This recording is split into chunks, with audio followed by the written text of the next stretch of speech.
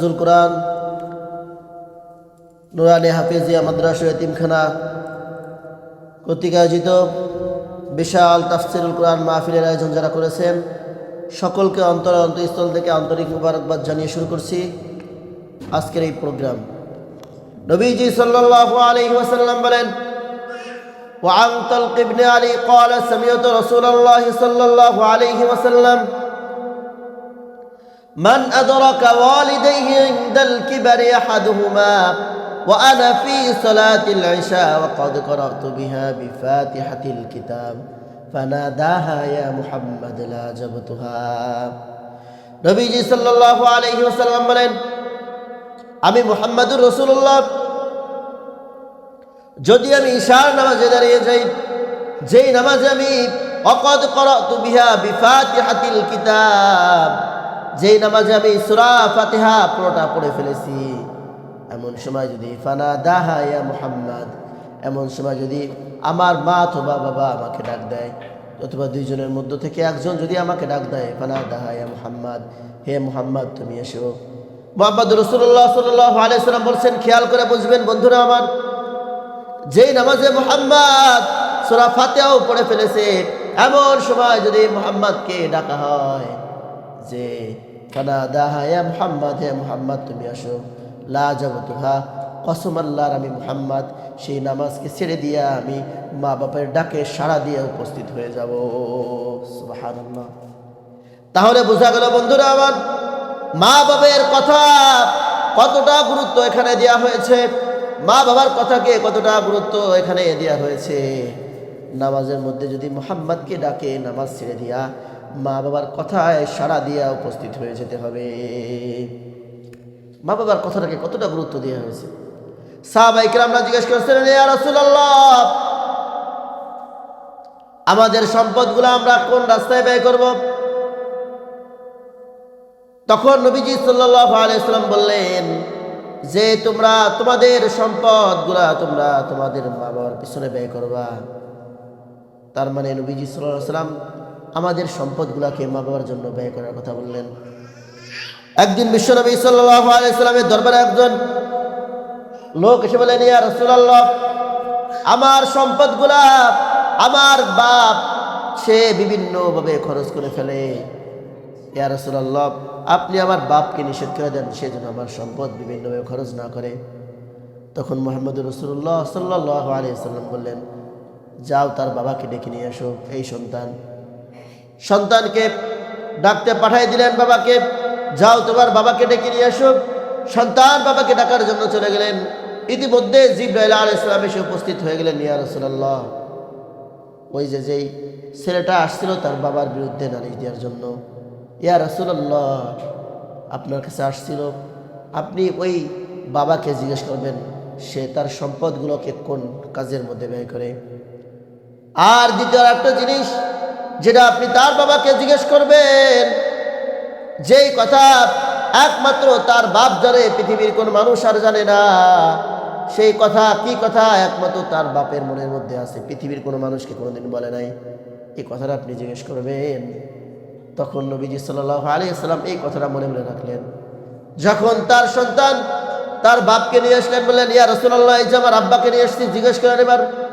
তখন নবীজি সাল্লাল্লাহু আলাইহি ওয়াসাল্লাম তার বাবাকে জিজ্ঞেস করলেন, বললেন যে আপনি তার সম্পদগুলা আপনি বিভিন্নভাবে খরচ করে ফেলেন, কোন কাজে খরচ করেন আমাকে বলেন।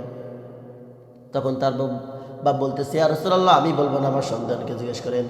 আমি তার সম্পদগুলা তার মা, তার খালা, তার ফুফু এবং তার আত্মীয় স্বজন সহ এবং তার বাজার ঘাটের কাজে ছাড়া অন্য কাজে ব্যয় করে কিনা জিজ্ঞেস করেন।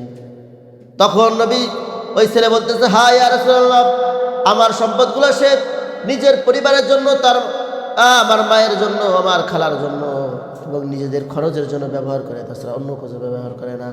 নবী সাল্লাল্লাহু আলাইহি ওয়াসাল্লাম বললেন, ও পিতা, আপনার মনের মধ্যে এমন একটা কথা আছে যে কথা আপনি কোনো দিন কাউকে খুলে বলেন নাই, সেই কথাটা আজকে আপনি একটু খুলে বলে দেন। এবার পিতা বুঝতে পেরে গেছে, চোখের পানিগুলো ছেড়ে দিয়েছে আর বলতেছে, ইয়া রাসূলুল্লাহ, ইয়া হাবিবাল্লাহ, আমি সব কিছু বুঝতে পেরে গেছি ইয়া রাসূলুল্লাহ, আল্লাহ তাআলা আপনাকে সব কিছু জানাই দিয়েছে ইয়া রাসূলুল্লাহ, আমি বুঝতে পেরে গেছি আল্লাহ তাআলা আপনাকে সব কিছু জানাই দিয়েছে, আমি আর আজকে কোনো কিছু লুকাবো না, আমি সমস্ত কিছু খুলে বলতেছি। এই যে আমার সন্তান যাকে দেখতেছেন, যাকে আমি কষ্ট করে তিলে তিলে লালন পালন করেছি, যখন আমার সন্তান অসুস্থ হয়ে পড়তো, বিছানায় কাতরাইতে থাকতো, কেমন যেন তার প্রত্যেকটা চিৎকার যেন মনে হইতো আমার বুকের মধ্যে এসে লাগতেছে। আমার সন্তানকে আমি ধীরে ধীরে টাকা পয়সা দিয়ে বড় করেছি, আমি স্কুলে পড়াইছি, আমি এরকমভাবে শিক্ষায় বড় করেছি। যখন আমার সন্তান এরকমভাবে যখন চাকরির জন্য এদিকে সেদিকে ঘোরাফেরা করতো, চাকরি পাইতো না, আমি আমার সন্তানের জন্য আল্লাহর কাছে দোয়া করতাম, আল্লাহ আমার সন্তানকে আপনি কোনো রুজির ব্যবস্থা করে দেন।